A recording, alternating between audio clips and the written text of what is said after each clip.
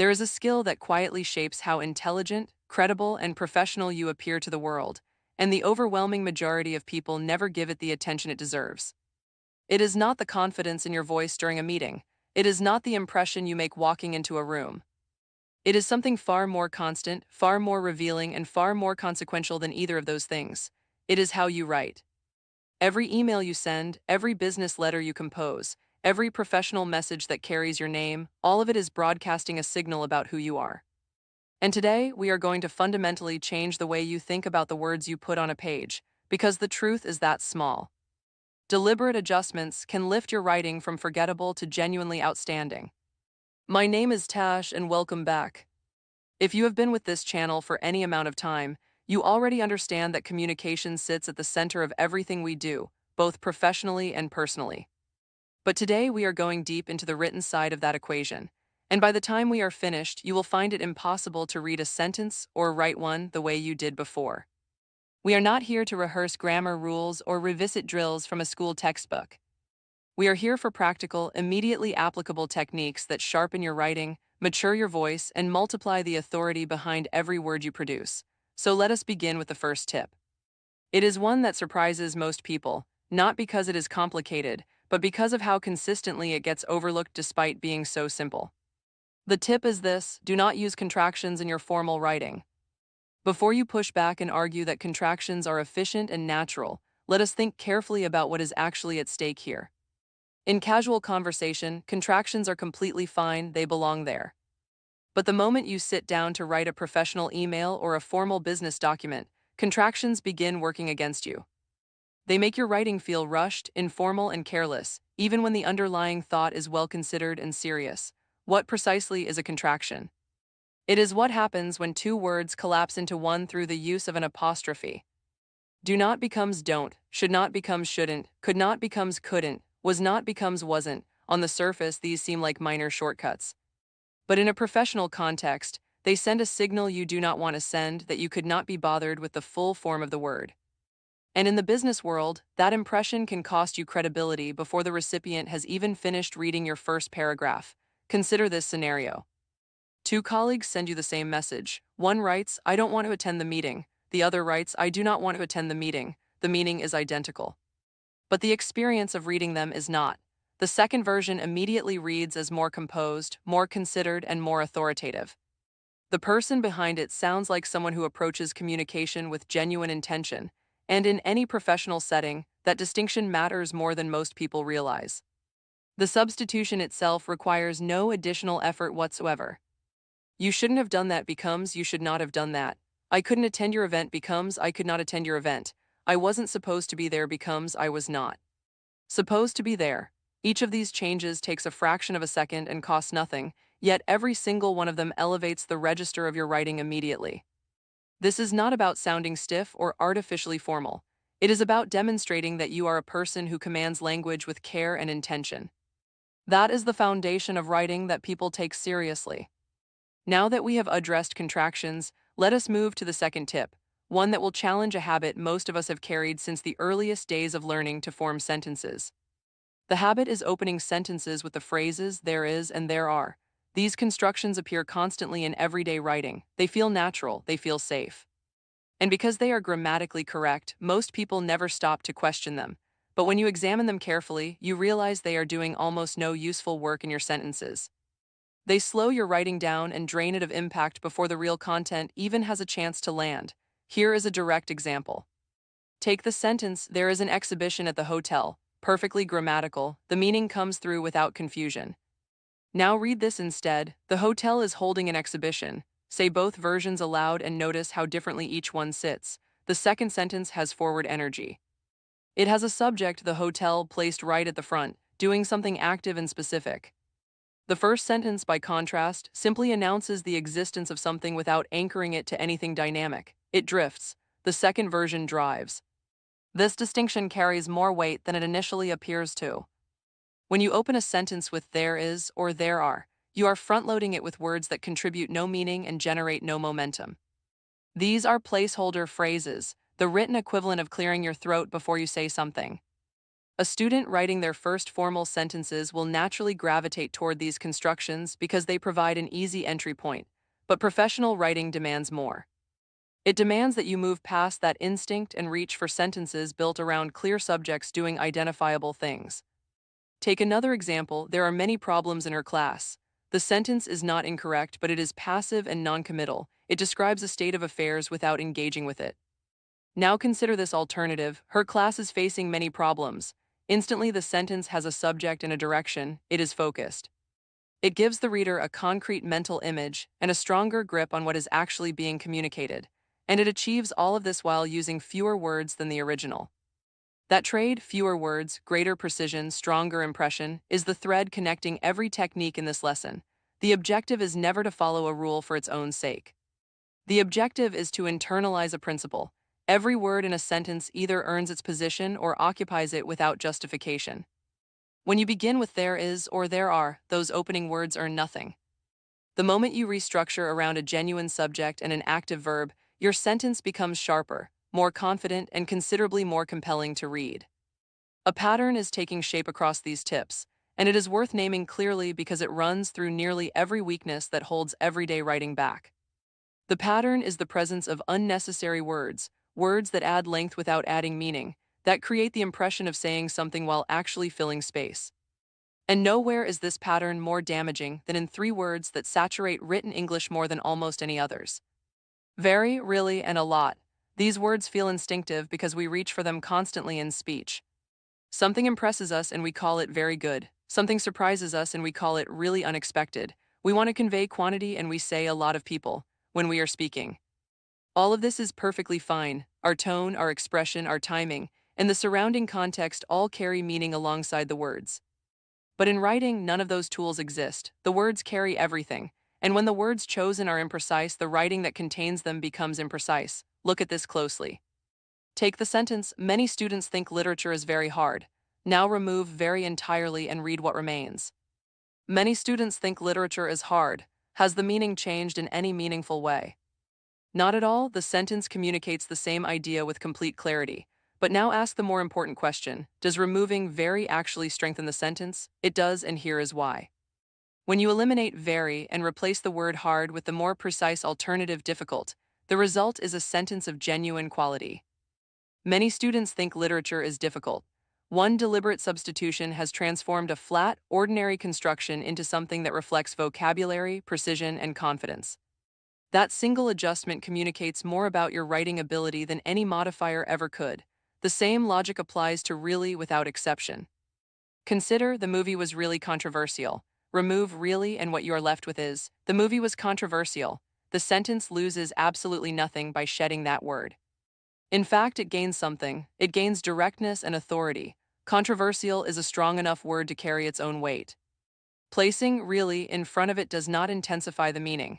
It signals that the writer did not fully trust the word to do its job alone.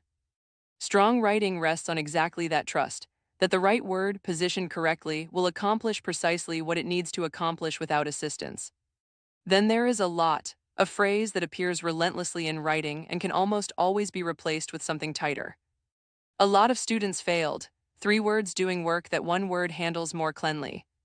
Replace the phrase with many and the sentence becomes, many students failed, shorter, cleaner, and immediately more professional in register. The meaning has not been reduced, it has been sharpened. That is the distinction worth internalizing. The deeper problem with words like very, really, and a lot is not merely that they add unnecessary length. It is what they reveal about the writer's relationship with language. When someone leans on these modifiers habitually, what they are usually doing, without realizing it, is compensating.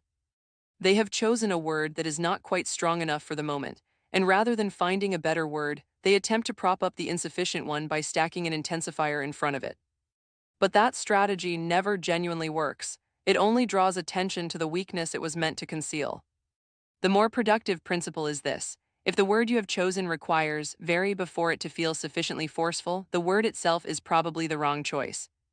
Very happy should become delighted. Very angry should become furious. Really important should become critical. A lot of challenges should become numerous challenges, or even better. The sentence should be restructured entirely around a strong verb. Each time you resist the reflex to reach for an easy modifier, you are compelling yourself to engage more deliberately with your vocabulary. And that deeper engagement is precisely what separates writing that is merely adequate from writing that genuinely distinguishes itself. This brings us to the fourth tip, and it may be the most transformative one in this entire lesson, because it reaches into the architecture of sentences themselves and changes how you construct them from the ground up. The tip is to use strong verbs. This sounds straightforward until you begin applying it in practice, at which point you discover how profoundly it reshapes the quality of what you produce. Here is the pattern most writers fall into without ever noticing. They take a perfectly functional verb and convert it into a noun, and then they search for a more generic, do-everything verb to bear the weight of the action. The result is a sentence that feels padded and indirect. Take this example: he gave assistance to my friend. Read it carefully. The word gave is serving as the verb. The word assistance is functioning as a noun. But assistance descended from a verb assist. By nominalizing it and pairing the result with the bland verb gave, the sentence becomes slow and imprecise. Two qualities that undermine professional writing immediately. Now observe what happens when the verb is restored to its rightful function. He assisted my friend. 3 words against the original 5. The sentence is cleaner, more direct, and instantly more readable. The verb assisted carries the full weight of the action without requiring a noun to prop it up. That is what a genuinely strong verb accomplishes. It compresses meaning, eliminates clutter, and propels the sentence forward with a momentum that holds the reader's attention. To make this pattern completely clear, consider one more example, because once you see it, you will begin recognizing it everywhere. In your own writing, in documents you receive at work, in emails you read every day. Take the sentence, he made an objection. The structure is identical to the previous example. Made is serving as the verb, objection is functioning as a noun. But inside that noun, as with assistance, a verb is waiting, the verb is objected. Use it directly and the sentence transforms. He objected. 2 words, complete clarity. Nothing wasted, nothing padding the thought, just the subject and the action occupying exactly the space they need and no more. This is the defining quality of strong verb writing. It is not about choosing elaborate or impressive-sounding vocabulary. It is about trusting your verbs to carry the action of a sentence without enlisting a noun to do the heavy lifting for them. The weak constructions are everywhere once you start looking. Gave assistance, made an objection, had a discussion, offered a suggestion. Every single one follows the same structure.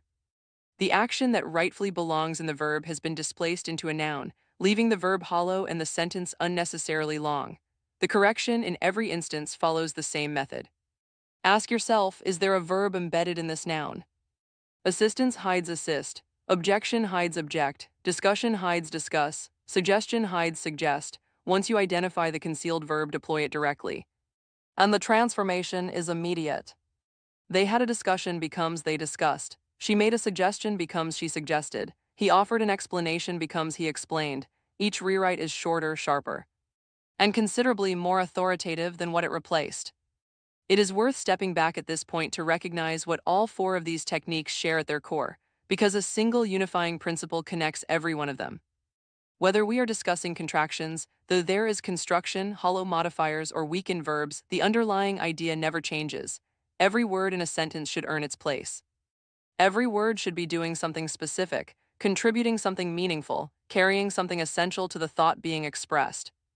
The moment a word is present out of habit rather than purpose, it is not neutral, it is actively diluting the quality of the writing around it. This represents a shift in mindset as much as a shift in technique. Most people write the way they speak, loosely, habitually, without examining individual word choices in any depth. Professional writing requires something different. It requires slowing down, reading each sentence with genuine critical attention, and holding yourself to a standard where every word justifies its own existence. That standard is not comfortable at first, but it is the standard that separates writing people remember from writing people forget.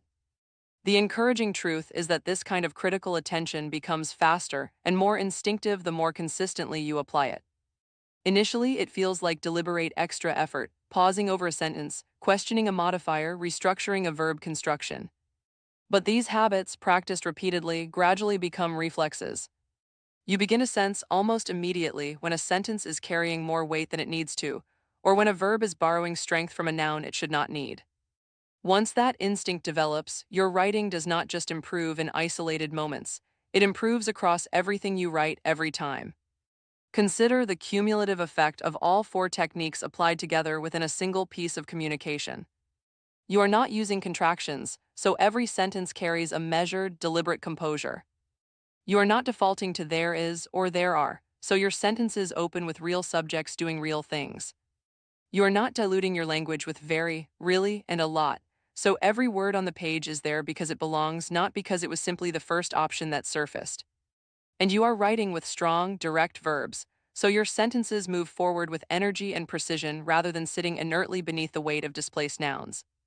When a reader encounters writing built on these principles, they may not be able to articulate exactly why it feels so different from average writing, but they will feel it.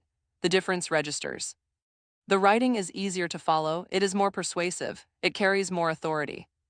And it leaves a stronger impression of the person who produced it, because clear writing is, at its foundation, the visible expression of clear thinking.